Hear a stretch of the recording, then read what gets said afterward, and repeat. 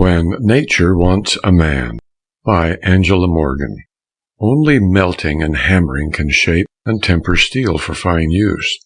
Only struggle and suffering can give a man the qualities that enable him to render large service to humanity. Lincoln was born in a log cabin. He split rails and conned a few books by the firelight in evening. He became a backwoods lawyer with apparently no advantages or encouraging prospects. But all the while he had his visions, which ever became nobler, and the adversities he knew, but gave him the deeper sympathy for others and the wider and steadier outlook on human problems. Thus, when the supreme need arose, Lincoln was ready. Harsh-visaged nature had done its work of molding and preparing a man.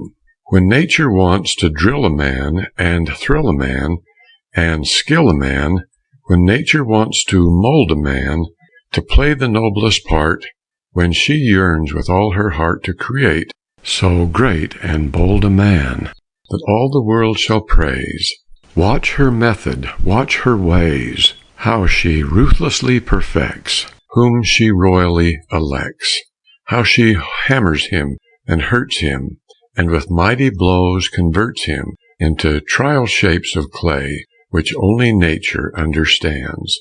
While his tortured heart is crying, and he lifts beseeching hands, how she bends but never breaks, when his good she undertakes, how she uses whom she chooses, and with every purpose fuses him, by every art induces him to try his splendor out.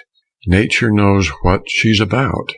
When nature wants to take a man, and shake a man, and wake a man, when nature wants to make a man to do the future's will, when she tries with all her skill, and she yearns with all her soul to create him large and whole, with what cunning she prepares him, how she goads and never spares him, how she whets him and she frets him, and in poverty begets him, how she often disappoints whom she sacredly anoints, with what wisdom she will hide him, never minding what betide him, though his genius sob with slighting, and his pride may not forget, bids him struggle harder yet, makes him lonely, so that only God's high messages shall reach him, so that she may surely teach him what the hierarchy planned, though he may not understand, gives him passions to command,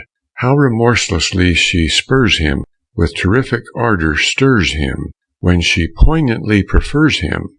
When nature wants to name a man, and fame a man, and tame a man, when nature wants to shame a man, to do his heavenly best, when she tries the highest test that her reckoning may bring, when she wants a god or king, how she reins him and restrains him, so his body scarce contains him, when she fires him and inspires him, keeps him yearning, ever burning for a tantalizing goal, lures and lacerates his soul, sets a challenge for his spirit, draws it higher when he's near it, makes a jungle that he clear it, makes a desert that he fear it, and subdue it if he can.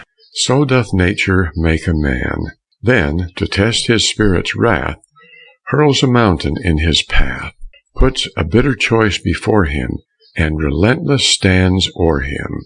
Climb or perish, so she says, watch her purpose, watch her ways. Nature's plan is wondrous kind. Could we understand her mind? Fools are they who call her blind. When his feet are torn and bleeding, yet his spirit mounts unheeding, all his higher power speeding, blazing newer paths and fine. When the force that is divine leaps to challenge every failure, and his ardor still is sweet, and love and hope are burning in the presence of defeat. Lo, the crisis, lo, the shout that must call the leader out. When the people need salvation, doth he come to lead the nation. Then doth nature show her plan, when the world has found a man.